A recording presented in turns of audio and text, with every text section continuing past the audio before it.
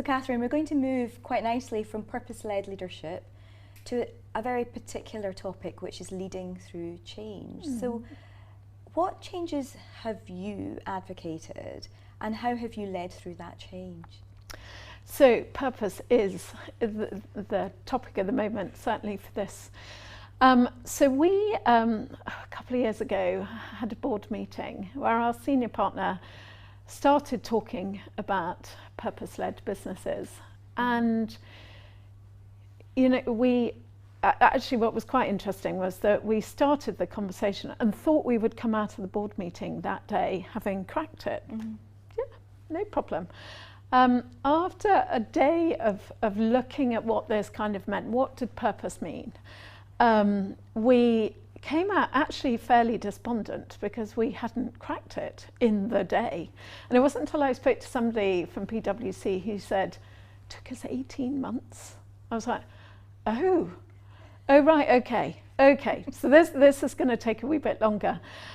So we kind of went back to the drawing board and we decided it was an important thing. And the reason it was important and has become increasingly important was what it really means. What does a purpose-led business mean? What does purpose mean?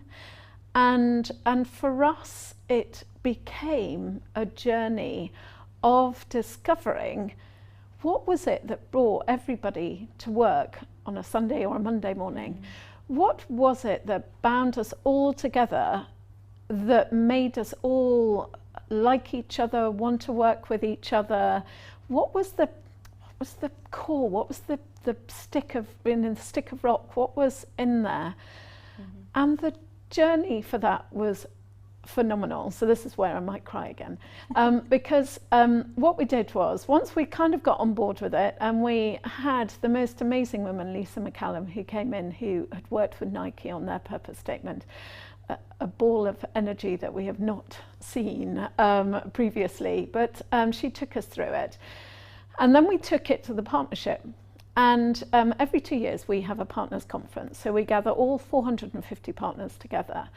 And we normally talk about a number of different things, and it's about getting together. And we as a board decided that we would make the partners conference about purpose only. The whole thing, beginning to end, was about purpose. And I have to say, our senior partner did a very brave thing. At the very end of the conference, we asked all of our partners to vote if we were in on purpose after 2 days of going through what it meant. And he stood with his back to the results coming up and down as to whether or not his fellow partners all sitting in front of him, and we as a board were thinking, and we were in. Over 92.5% said we're in, and again, goosebumps, because that was a phenomenal moment. I mean, yeah, for us as a business. So then we had to work on what that meant, and we went out to our business and we went to all 3,000 people and we asked them, what makes you proud to be at Pinsent Masons? What makes you get up in the morning and go, yeah, I want to go to work? What, you know, just all that pride stuff. And I read all 2,000 comments that came back and of course cried. But what was amazing, and we've both used the words humanity, bringing our humanity was an overarching thing. What a kind, caring, human bunch of people we are. And so it gathered from there, because what that did was, it brought a purpose statement that came from within. So we don't have to tell anybody what our purpose statement is, because each and every one of our clients, our friends, our families, our communities should all, it's show not tell. They should all feel the benefits of it. But now what's happened is we are consciously aware of what binds us all together. Phenomenal. I was on the drafting statement team, so sat with some great colleagues to try and capture those 2,000 comments into a statement. I was part of the team who then went out to the world and our family across the world and said, this is what it is, guys, and delivered the message, and that was incredibly powerful.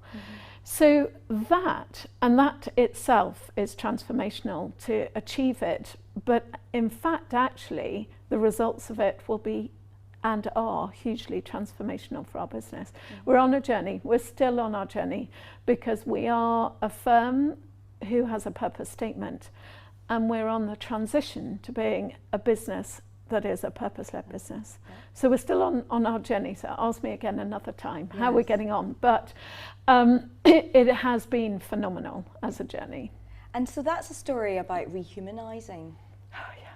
Just rehumanising your organisation. And so what do you think are the possible traps now for you, having put all this work into articulating that purpose and really connecting people to that purpose? What would you say are the potential traps? I think a phrase which I found with this whole purpose element was, I found that, and I said this in a meeting, it's causing me to release my inner hippie, which for a bunch of lawyers and professionals, that's quite a statement. And therefore it could be seen as quite hippie-ish, you know, kind of a bit out there. You know, do we really need that? And so what we need to do, and we are doing, is making sure that cynicism isn't there. So it's about making sure that all of the positive impacts that we are making with this, and there are some, I mean, the license it gives you to behave in a different way, the empowering way, because you can believe in the power of you as an organisation, and it gives you that belief. And it's definitely changed my approach to approaching clients, to pitching for work, because I'm now saying, no, I believe in myself. I believe in myself as an organisation. And what we need to just make sure is you're caught up in a euphoria of getting to somewhere.